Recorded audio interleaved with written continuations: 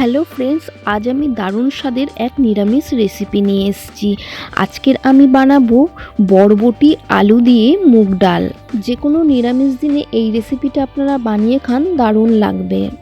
নমস্কার বন্ধুরা, আমি সুমা আর সুমার ক্লাউড কিচেনে সবাইকে ওয়েলকাম। আশা করছি আপনারা সবাই ভালো আছেন, আমিও খুব ভালো আছি। তো চলুন আজকের এই মজার রেসিপিটা শুরু করা যাক। তো সবার প্রথম এখানে একটা প্যান নিয়ে নিয়েছি এবং প্যানের মধ্যে আমি এখানে 200 গ্রাম মতন মুগ ডাল নিয়েছি এবং এই ডালগুলোকে ভালোভাবে একটু ভেজে নেব। তো ডালগুলো আপনারা কিন্তু একদম লালচে করে ভাজবেন না, জাস্ট একটু নাড়াচাড়া করে ভালোভাবে ভেজে নেবেন। তো দেখুন আমার ডালটা ভাজা হয়ে গেছে, এবার এটা আমি নামিয়ে ধুয়ে নেব। এবার ওই প্যানেতেই আমি কিছুটা তেল গরম করে নিয়েছি এবং তেলের মধ্যে ফোড়ন দিয়ে দিচ্ছি জিরে, তেজপাতা এবং শুকনো লঙ্কা। এবার জাস্ট 1 মিনিটের মতন এটা নাড়াচাড়া করে নেব। আপনারা কিন্তু এই রেসিপিটা ভাত কিংবা রুটির সাথে খাবেন, সত্যিই বলছি ভীষণই খেতে ভালো লাগবে। আপনারা তো মুগ ডাল অনেক রকমভাবে রান্না করে খেয়েছেন কিংবা বরবটিও অনেক অন্য রকমভাবে খেয়েছেন। একবার এইভাবে ডালের সাথে বরবটি আর আলু দিয়ে এইভাবে রান্না করে দেখুন, আপনাদের ভীষণই খেতে ভালো লাগবে। তো দেখুন এরপর আমি এই প্যানের মধ্যে আলুগুলোকে দিয়ে দিয়েছিলাম এবং আলুগুলোকে একটু ভেজে নিচ্ছি। আলুটা জাস্ট একটু হালকা হালকা ভাজা হয়ে গেছে। এবার আমি এর মধ্যে দিয়ে দিচ্ছি বরবটিগুলো দিয়েও 2 থেকে 3 মিনিটের জন্য এটা একটু ভাজা ভাজা করে নেব। তো আমার সকল বন্ধুদের ভিডিওটা দেখার জন্য অসংখ্য ধন্যবাদ। যারা আমার চ্যানেলে নতুন তারা প্লিজ চ্যানেলটা সাবস্ক্রাইব করে দেবেন আর পাশে থাকা বেল আইকনটা প্রেস করে অল নোটিফিকেশনটা অন করে দেবেন, যাতে করে নতুন কোনো ভিডিও আপলোড হবার সাথে সাথে সবার আগে আপনার কাছে নোটিফিকেশন চলে যায়। তো এটা কিছুটা ভাজা হয়ে গেছে। এবার এর মধ্যে আমি দিয়ে দিচ্ছি হলুদ গুঁড়ো, জিরের গুঁড়ো আর সামান্য পরিমাণে নুন।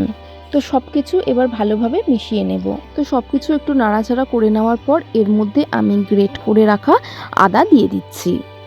এখানে একটা কথা বলে রাখি, আপনারা কিন্তু চেষ্টা করবেন গ্রেট করে রাখা আদাই দিতে, তার কারণ বেটে রাখা আদার চেয়ে গ্রেট করে রাখা আদার কিন্তু টেস্ট আরেকটু ভালো আসে। এরপর মশলাটা যাতে পুড়ে না যায় এর জন্য এর মধ্যে আমি জাস্ট সামান্য পরিমাণে জল অ্যাড করলাম।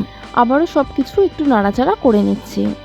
এরপর আমি এর মধ্যে দিয়ে দেব আগে থাকতে ভেজে ধুয়ে রাখা মুগ ডালটা দেওয়ার পরে আরও 2 থেকে 3 মিনিট মতন এটাকে আমি ভালোভাবে নাড়াচাড়া করে একটু কষিয়ে নেব। প্রথমেই আমি বলেছিলাম যে ডালটা আপনারা খুব হালকা ভাজবেন, তো আমি তখন একদম হালকা মতন ভেজে নিয়েছিলাম। যেহেতু এখন আমি ডালটাকে আবার দেখুন সেকেন্ড বার ভাজছি, তখন আমি শুকনো খোলায় ভেজেছিলাম, এখন আমি কিন্তু অল্প করে তেলে এটা ভেজে নিচ্ছি। তো তাই জন্যই বলেছিলাম ডালটা আপনারা কিন্তু অল্প ভাজবেন, তার কারণ এইভাবে দুবার করে যদি ডালটা ভাজা হয় তাহলে কিন্তু ডালটা শক্ত হয়ে যাবে এবং খেতেও ভালো হবে না এবং সিদ্ধ হতেও টাইম লাগবে। এরপর দেখুন এর মধ্যে আমি পরিমাণ মতন জল দিয়ে দিয়েছি এবং এটা যতক্ষণ না সিদ্ধ হচ্ছে ততক্ষণ আমি এটা চাপা দিয়ে রেখে দিলাম। তো দেখুন ডালটা সিদ্ধ হতে আমার কিন্তু 15 মিনিট মতন টাইম লেগেছে। এক একটা ডাল কিন্তু এক এক রকম টাইমে সিদ্ধ হতে নেয়, তাই জন্য আমি আগে থাকতেই বলিনি যে ডালটা কতক্ষণ আপনারা চাপা দিয়ে রেখে দেবেন। তো আমার এই ডালটা কিন্তু 15 মিনিট মতন সিদ্ধ হতে টাইম লেগেছে।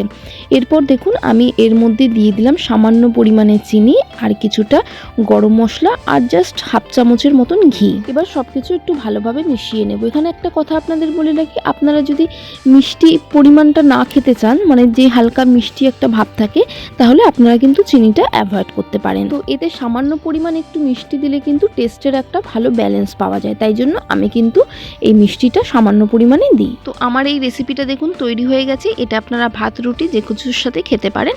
তো আজকের এই ভিডিওটা আপনাদের ভালো লেগে থাকলে প্লিজ ভিডিওটা লাইক করে দেবেন এবং শেয়ার করে দেবেন আর অবশ্যই চ্যানেলটা সাবস্ক্রাইব করে দেবেন।